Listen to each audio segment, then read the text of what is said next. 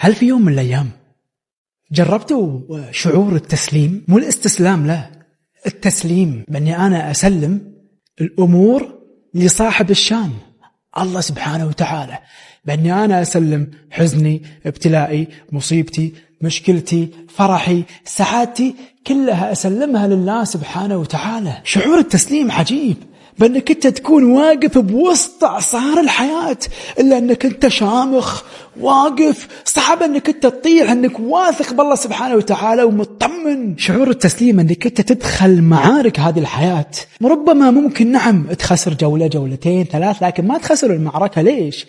لأنك أنت سلمت الأمر لله سبحانه وتعالى، صاحب الشان الله سبحانه وتعالى. دامك أنت تعيش شعور التسليم مع الله سبحانه وتعالى. السلام عليكم. الفيديو ده هيفيد اي حد اللي هو في ثانويه عامه او في اي مرحله عمريه، او برضو لو كان برضو في الجامعه. الفيديو ده هيتكلم عن ازاي نتعامل مع الامتحانات وازاي نخرج منها باعلى درجه على قد ما نقدر. هقول لكم برضو على طرق حلوا معايا مشكله النسيان، لان انا كانت بتواجهني مؤخرا، لان انا كنت بذاكر بس كنت بنسى وما افتكرش كذا حاجه في الامتحان. يبقى اكيد مود البصمجه اكيد هيشتغل. فاقول لكم برضو عن ازاي ان انتوا اول ما يجيلكم سؤال معين وانتوا مبصمجينه بحته معينه تختاروا الاجابه بتاعته على طول.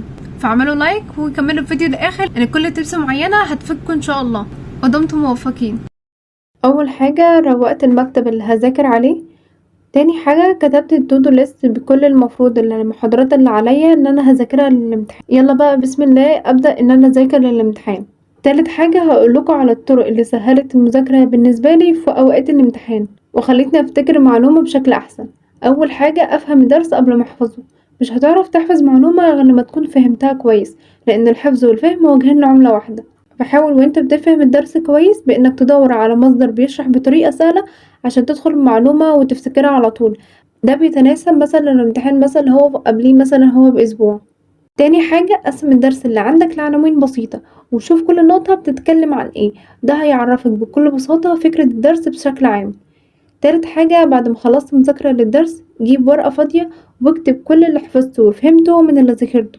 ده هيخلي انك مثلا الحاجات اللي انت كتبتها في الورقة ده خلاص انت عرفت الحاجات دي وسبتت خلاص في ذاكرتك. اما هنا الحاجات اللي انت مكتبتهاش في الورقة لسه محفظتهاش حاول ان انت تراجع عليها تاني. رابع حاجة بعد ما تخلص مذاكرة للدرس حل عليه، انك عاوز ما تنساش اللي ذاكرته يبقى تحل على الدرس اللي انت حفظته.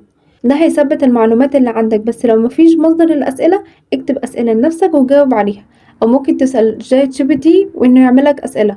خامس طريقة، ودي طريقة قلتها في فيديو قبل كده، وهي Active Recall اللي هي الاسترجاع النشط. إنك تراجع على الدرس اللي ذاكرته كل شوية بس تكون على فترات متباعدة. ده هيثبت عندك المعلومة بشكل أحسن.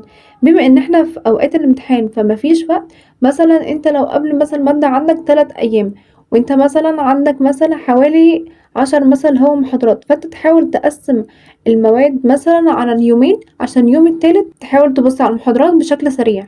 سادس حاجة ستيكي نوت، لو في معلومات بتنساها على طول ممكن تكتبها على ستيكي نوت وتحطها قدامك على المكتب وانت رايح وانت جاي تبص عليها. ده هيثبت المعلومة بشكل احسن في دماغك. او ممكن بعد ما تخلص الدرس تعمل كده ملخص بسيط اللي هو حوالي مثلا هو صفحة واحدة بكل المعلومات المهمة اللي في الدرس واللي ممكن تيجي في الامتحان.